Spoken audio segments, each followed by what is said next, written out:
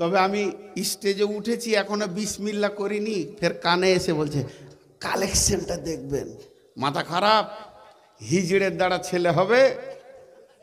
তোরা বেটা ছেলে গলাতে তুলে ষাঁড়ের কাজ হয়ে গেছে, এখন হিজড়েকে তুলেছিস, ই কি করে ছেলে দিবে তোদের? হ্যাঁ, রাত 12টায় কালেকশনের কথা বলছো তুমি। কালেকশনের যখন জোয়ার চলেছে তখন আমাকে দাওনি।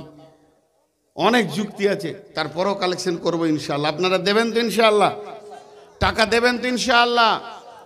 এরপরে চলেন দাম্পত্য সমস্যাটা মেরে দিই। বিসমিল্লাহির রহমানির রহিম।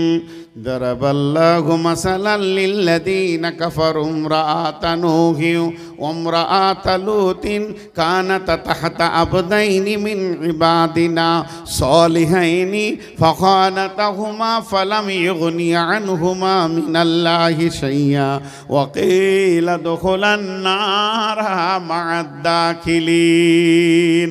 ও আমার মা, ওরে আমার বোনে রে, ওরে আমার বেটি রে, একটা জিনিস মিনিটের জন্য একটু ধ্যান দেন।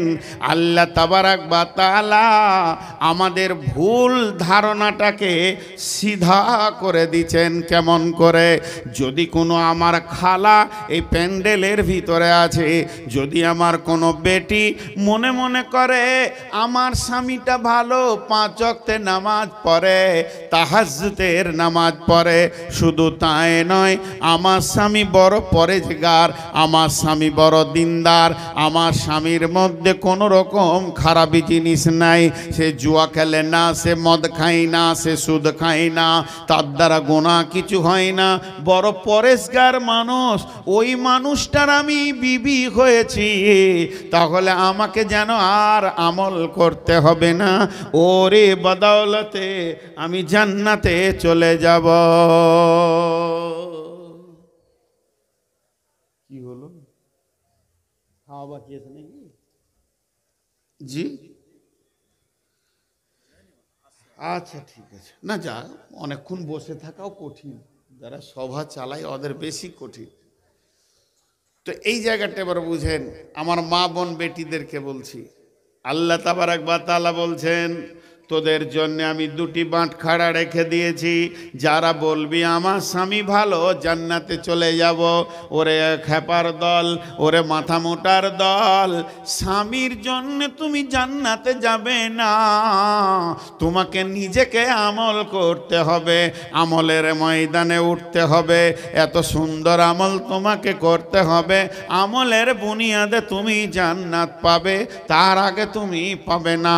তাই যদি হতো স্বামীর বদৌলতে যদি জান্নাত যাওয়া যেত, 2 জন নবীর বিবি চিরদিন তারা জাহান্নামে থাকবে।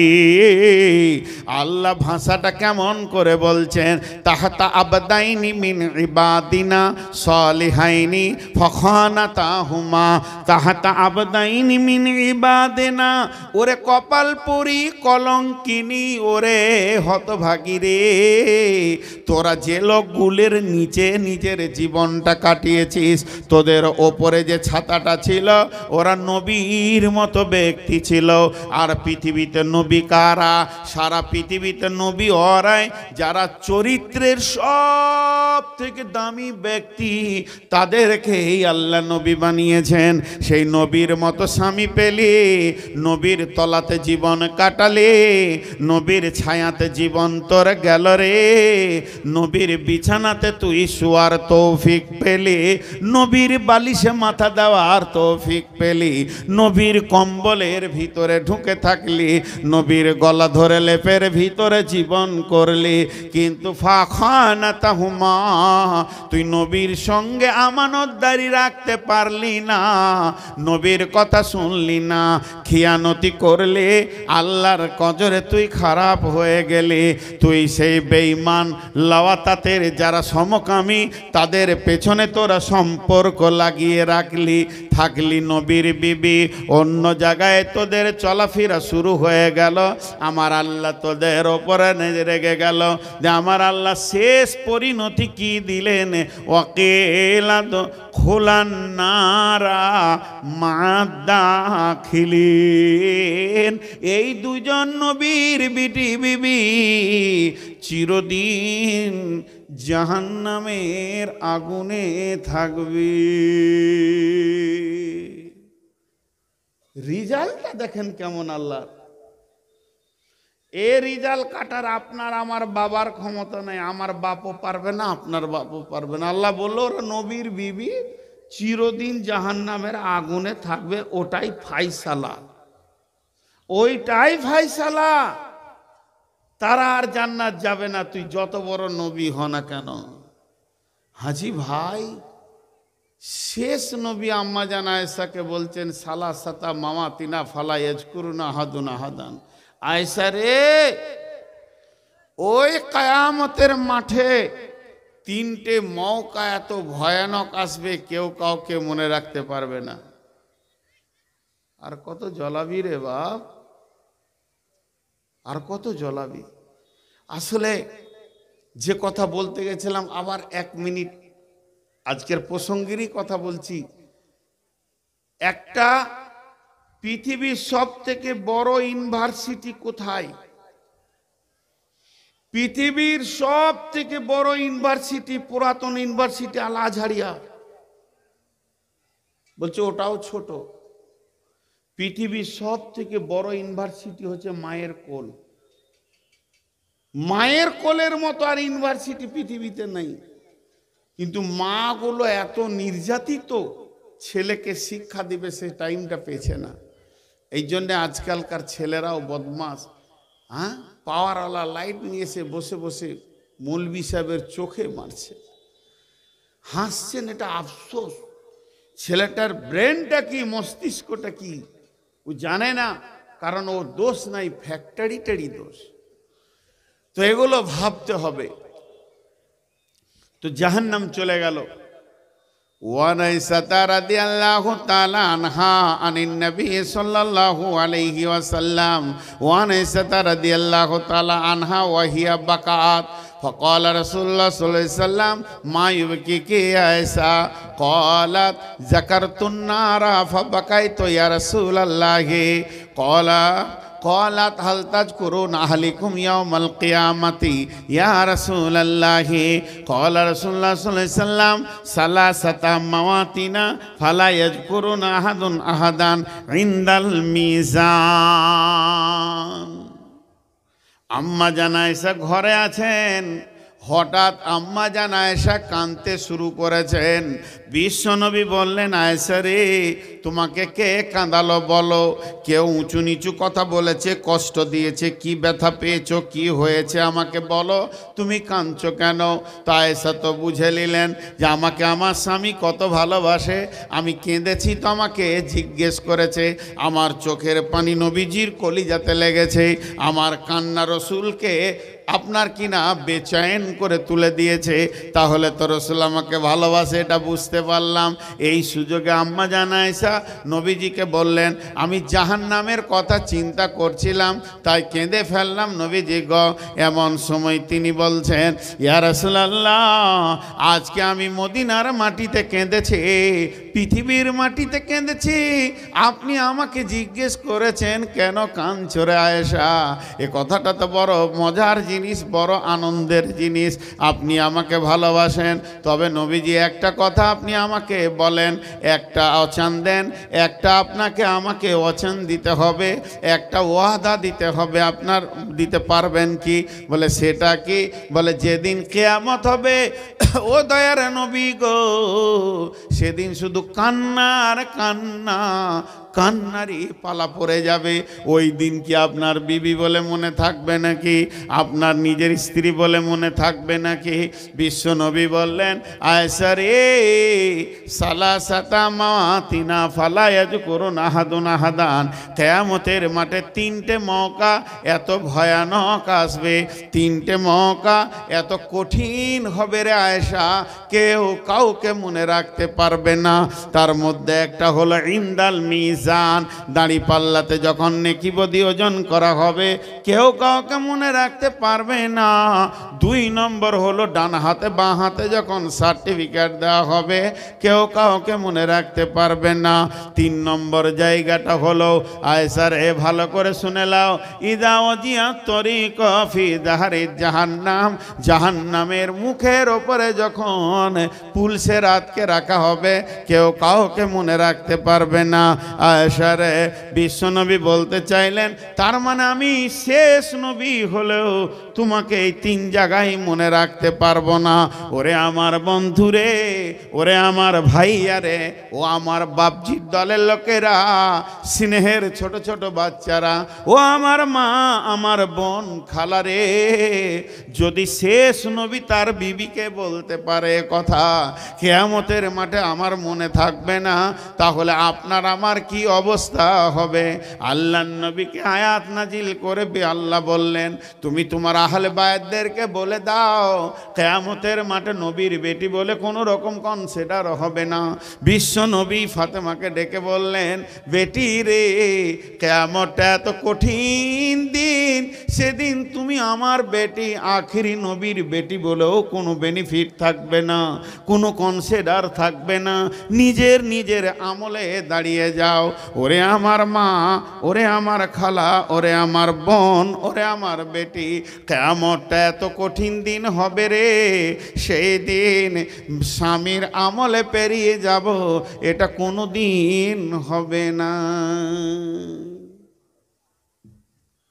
একজনও উঠবেন না আল্লাহর হস্তে। আর 2টি আয়াত আছে, আমি পুরো একটাই শেষ করব। এখন আপনাদের 2খানা বক্তা আছে, এখনো 2খানা বক্তা আছে, আল্লাহর হস্তে উঠিয়েন না। আমি এতক্ষণ কি বকলাম, যে 10 মিনিট 20 মিনিট 5 মিনিট 1 ঘন্টা বকলাম, কি বকলাম? দাম্পত্য জীবন, বিবাহিত জীবন নিয়ে কথা বলছি। স্ত্রীকে সম্মান দিতে শিখেন, স্ত্রীকে ভালোবাসেন, দেখবেন সুসন্তান পাবেন, আর স্ত্রী আপনার জীবনের আনন্দ নিয়ে দুনিয়া করবে। এই কথাটা যেন খেয়াল থাকে।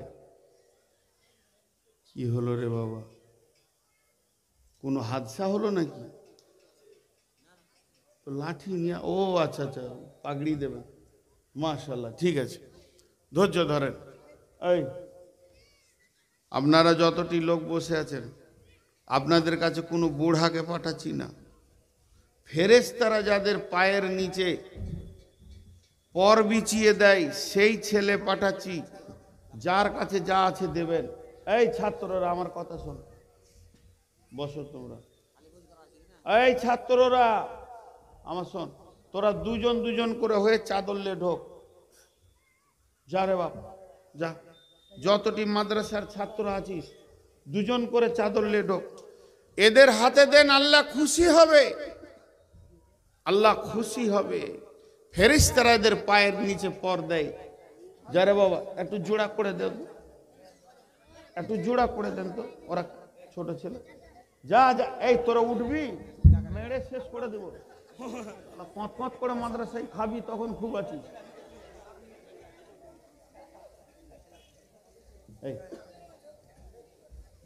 সব ছাত্ররা যাচ্ছে আপনাদের কাছে, যারে বাবা সবারই কাছে মুখ খুলে কথা বলবি, বলবি দেন মাদ্রাসার জন্য দেন, আল্লাহর জন্য দেন, চলো জোড়া জোড়া করে ঢুকে পড়ো, সব 1 পাক দিয়ে দাও।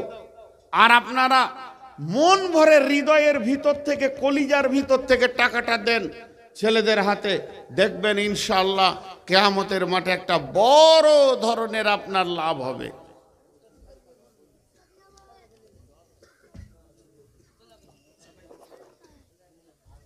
এবার নাম্বার 2,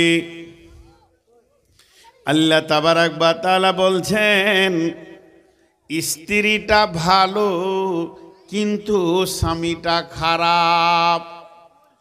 প্রথম যেটা হলো ওটা হলো স্বামীটা ভালো, বিবিটা খারাপ। নবীর বিবি জাহান্নামে চলে গেল।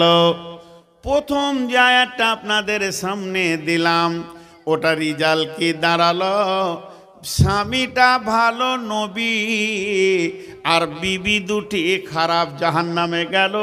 নবী তার বিবিকে জাহান্নাম থেকে বাঁচাতে পারল না।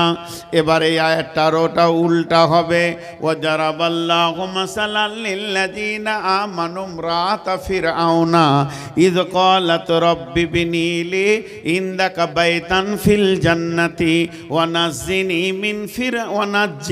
মিন ফিরআউনা ওয়া আমালিহি ওয়া নাজ্জিনি মিনাল কওমিয যালিমিন। ওরে আমার মা, ওরে আমার বোন, ও পৃথিবীর মুসলমান, আপনারা কান করে শোনেন, পৃথিবীর সব থেকে বড় জালেম, ওর মতো বদমাস আর খবিস কেউ নয়। সেই জালেমের নাম হচ্ছে ফিরআউন।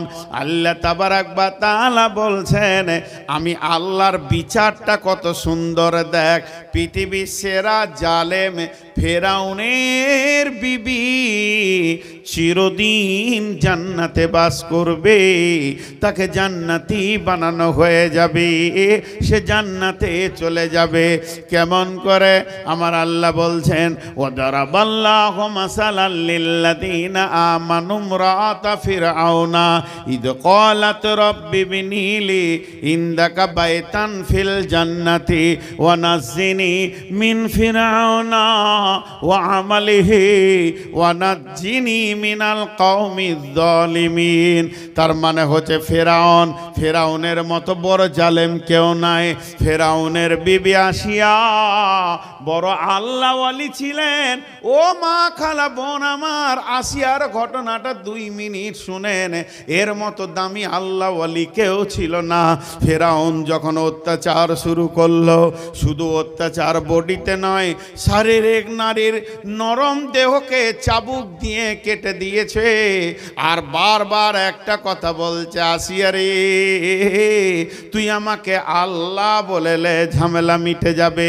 আর আসিয়া শুধু একটাই উত্তর দিছে, ফেরাউনের স্ত্রী হিসেবে যত যা করা আছে করব, কিন্তু তোকে আমি আল্লাহ বলবো না। আমার আল্লাহ হলো একটাই। এরপরে মার শুরু হলো।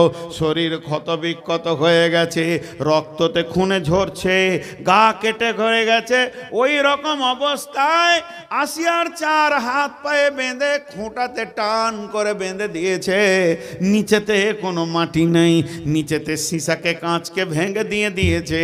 ওই বিছানায় আসিয়া শুয়ে আছে, আর একটা বিরাট বড় পাথর নিয়ে এসে আসিয়ার বুকের ওপরে কয়েকটা সৈন্য ধরে আছে। আর এই অবস্থায় ফেরাউন বলছে, আসিয়া, এবার তোর শেষ পরিণতিটা দেখ। তোর বাপ মা তোকে গছনি, তাদের ঘরের দরজা হুড়কা লাগিয়ে দিয়েছে। আমি তোর হলাম স্বামী, আমার ঘরেও তোর জায়গা হবে না। এখন যদি আল্লাহ বলবি, সুখ আর সুখ লেগে যাবে। আর আল্লাহ যদি না বলবে, এখনই পাথরে তুই রোলারের মতো পিষে মাটিতে মিশে যাবি। ফেরাউনের এটা যখন শেষ চান্স দিয়ে দিল, হযরতে আসিয়া কি বলেছিলেন, আসিয়ার কথাটা আল্লাহ কোরআনে তুলে দিয়েছেন। হযরতে আসিয়া বলতে শুরু করলেন, রব্বে বিনিলে ইনদাকা বাইতান ফিল জান্নাতি ওয়া নাজ্জিনি মিন ফিরআউনা ওয়া আমালিহি ওয়া নাজ্জিনি মিনাল কওমিয যালিমিন। আসিয়া বললে, হে আমার রব, তুমি তো জানো সব। আমি তোমার প্রেমে মহব্বতে এই জায়গায় পৌঁছে গেছি। তোমার জান্নাতে আমার ঘরটা বানিয়ে দাও। তোমার জান্নাতের পাশে যেন আমার ঘরটা থাকে। আমার শ্বশুর ঘর চলে গেছে, বাবার ঘর চলে গেছে। ও আমার রব, ফেরাউনের মতো জালেম স্বামী থেকে আমাকে বাঁচাও। ওর বদ চরিত্র, বদমাশ থেকে, ওর বদ ব্যবহার থেকে আমাকে বাঁচাও। এবং এই জালেম খানদানের আমি বউ হয়ে গেছি। মাবুদ রে, জালেম খানদান থেকে তুমি আমাকে বাঁচাও। মুফাসসিরিনরা বলেন, আল্লাহ তার কুদরতি ক্ষমতাতে আসিয়াকে জান্নাতের দরজা দেখিয়েছিলেন জীবিত অবস্থায়। বলেছিলেন, আসিয়া রে, পৃথিবীর সমস্ত দরজা বন্ধ হয়ে গেল, আমি রবের দরজা তোর জন্য খোলা আছে। ফেরাউন পাথরটা ছেড়ে দিল, আসিয়া মারা গেল। হাসতে হাসতে জান্নাতি হয়ে গেল। তাই আমার আল্লাহ সমস্ত মেয়েদেরকে বলতে চাইছে, যাদের স্বামীগুলো খারাপ, যাদের স্বামী জুয়া খেলে, যাদের স্বামী সুদ খায়, যাদের স্বামী লুচ্চা, যাদের স্বামী মাতাল, তারা যদি বিবিগুলো মনে করে স্বামীর জন্যে জাহান্নাম যাব, আল্লাহ বলছে না, তোদের জন্যে আমি মিসাল করেছি ফেরাউনের বিবিকে, তাই জন্যে তোকে আমি জাহান্নাম দিব না। আমলে রেডি হয়ে যা রে আল্লাহর গোলাম, তোর জন্যও জান্নাত অপেক্ষা করছি। এই টাকাটা কে দিয়ে গেলেন ভাই আমার?